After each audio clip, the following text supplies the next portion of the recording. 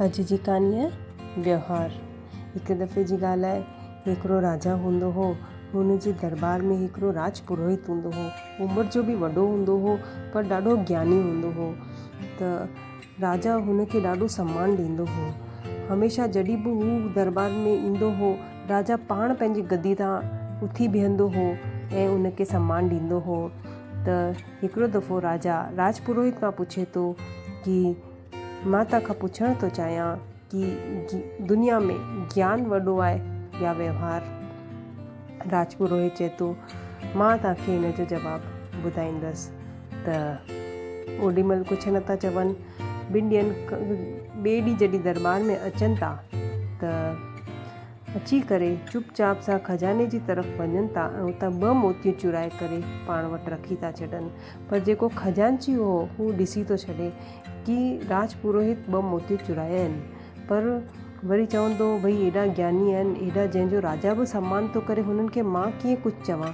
त माठ थी थो वञे ऐं चुपचाप पंहिंजो कमु करे थो, कुझु नथो ॻाल्हाए। त इहो सिलसिलो ईअं ई हले थो। रोज़ु राज पुरोहित ईअं ई अचे, 2 मोतियूं चुराए करे पाण वटि रखी छॾे। आख़िर हफ़्तो थी वियो, रोज़ु इहो ई ॻाल्हि थिए त खजांची माठ न रही सघियो ऐं राजा खे वञी चए थो कि राजा तव्हांखे हिकिड़ी ॻाल्हि करणी आहे कि राज पुरोहित रोज़ु अचे ऐं 2 मोतियूं चुराए था वञनि। त मां तव्हांखे इहो ॿुधाइणु थो चाहियां। मां थोरो टाइम चुप रहियसि, छो त मूंखे लॻो भई एॾा ज्ञानी आहिनि त मां हुननि जे लाइ कीअं कुझु ॻाल्हायां, तव्हां विश्वास बि न कंदा, पर हीअ ॻाल्हि हीअं थी आहे। त राजा चए थो ठीकु आहे। त राजा जे मन में बि थिए थो भई हीअ छा चोरी माॻे चोरी ते अची विया आहिनि, त ग़लति आहे। त ॿिए ॾींहं खां जॾहिं राज पुरोहित अचनि था दरबार में, त राजा पंहिंजी गद्दी तां उथनि नथा ऐं राजा राज पुरोहित खे चवनि था कि मूंखे तव्हां सां हिकिड़ी ॻाल्हि करणी आहे कि छा तव्हां असांजे राज्य मां खजाने मां रोज़ु 2 मोतियूं चुरायो पिया। मूंखे हीअ ॻाल्हि ख़बर पई आहे जंहिंसां मां ॾाढो दुखी आहियां। त राज पुरोहित चयो हा, मूं चोरी कई आहे ऐं हिते सभु मोतियूं आहिनि तव्हांजे खजाने जा।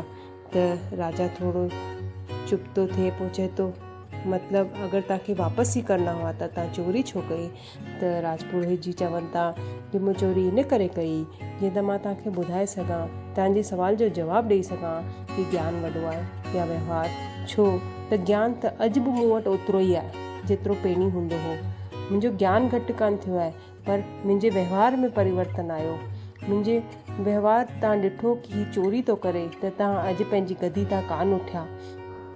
मुंहिंजे लाइ तव्हांजो व्यवहार मटिजी वियो। हीअ ॻाल्हि आहे कि हमेशह व्यवहार वॾो थींदो आहे। कहिड़ो बि माण्हू हुजे, कुझु बि हुजे, पंहिंजो व्यवहार हमेशह सभिनी सां सुठो रखिजे।